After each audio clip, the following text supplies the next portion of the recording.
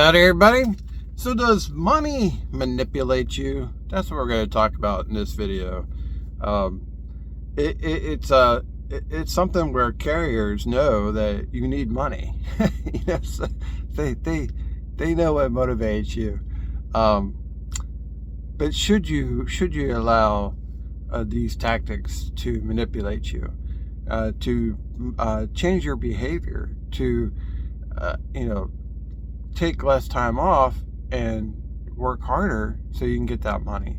That's the issue. Is if you want to take time off, are you shortchanging yourself because the company is dangling some money in front of you? Crete does this all the time. They have a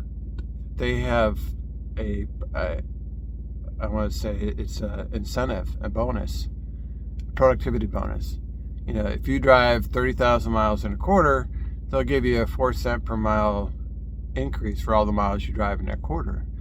So subsequently, what that means is that, over a 3-month period of time, you really can't take more than, at most, probably 10 days off. And you better be running, close to 500 miles a day every day, on those days you're driving. They squeeze productivity. That's how they make money. That's how they become more profitable, get more miles out of their driver. And the driver makes more money because he gets that, incentive bonus to run those miles, extra 4 cents per mile. And so it seems like a win-win scenario. But, what you got to realize is that trucking companies want you to chase the money. They absolutely want you to work harder, to drive more miles, to be more productive. What they don't teach you is to save and invest and grow your money. They don't teach you that. They rather you stay poor and broke so that you always come back hungry for loads and hungry for miles. And you just run your little heart out, trying to get, 120, 130, 140,000 miles per year. The more miles you run, the more money they make. So it's one of these things where, is your life controlled by money?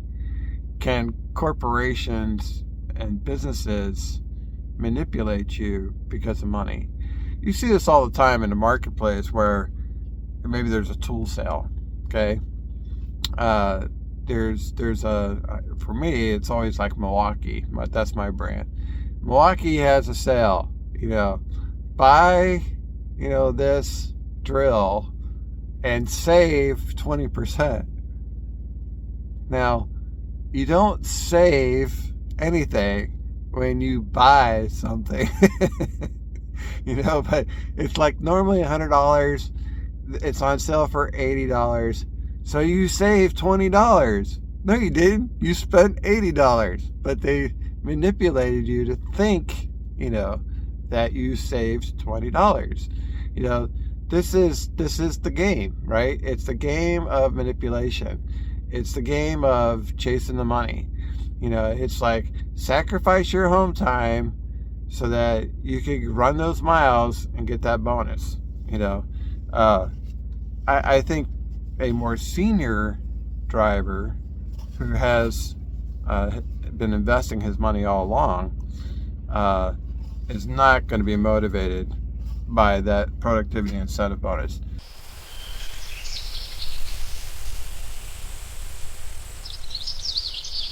A more senior driver is going to say, well, I'd rather have the time off than make that bonus. But the younger drivers rather have that bonus. Eventually what you want to do is transition from being motivated by money and recognize what the game is. It's like, well, yeah, I understand there's a bonus, but that doesn't motivate me. It's not that, I'm not willing to drive. It's just that I would rather have time off because I have other things I need to do. The other thing Crete does which is kind of good, but again, they're putting squeeze on is they want you to stick to your home time and when you're going to be available, which is good. I mean, again, it's a win-win scenario. It's good for the company, it's good for the driver, but it is a squeeze. And what it is that, say you go home, as an owner operator, you come and go as you please for the most part, and say you go home for 3 days, and on the 4th day you're going to come out at 0800. They already got a load ready for you to go, based on your PTA when you're going to become available. Now, if you decide to stay home an extra day, they don't like that, because you said you're coming out on Thursday. Now you're saying you're coming out on Friday. See, they want you to come out on Thursday. You said you're going to come out on Thursday. They got a load ready for you on Thursday, which is good because you're not waiting for loads. That's good for the driver. But they're squeezing as much productivity out as they possibly can, and there's a push to minimize your home time.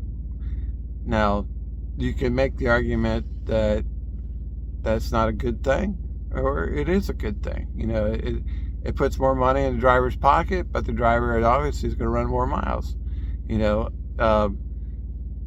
It's a game of squeezing as much value out of each driver as possible, to get the most out of the customers. You would do the exact same thing if you owned the company. You probably do it in your own company. You pinch every penny twice. That's what they're doing. That's what they're doing. When it comes to their drivers and their equipment, they're pinching every penny twice. They're trying to squeeze as much out of you as you possibly can. Some drivers are affected by this. They will run all those miles. And that's fine. They need the money more than maybe a more senior driver. Maybe they got bills they need to pay. They haven't built their portfolio, their investment portfolio yet. They haven't saved their first $100,000 yet. They have to hustle to get there. That's fine. It's fine. But a senior driver who's got money saved away is not going to be motivated by that. He's got to see right through that for what it is. That's the company trying to squeeze as much as possible out of each driver.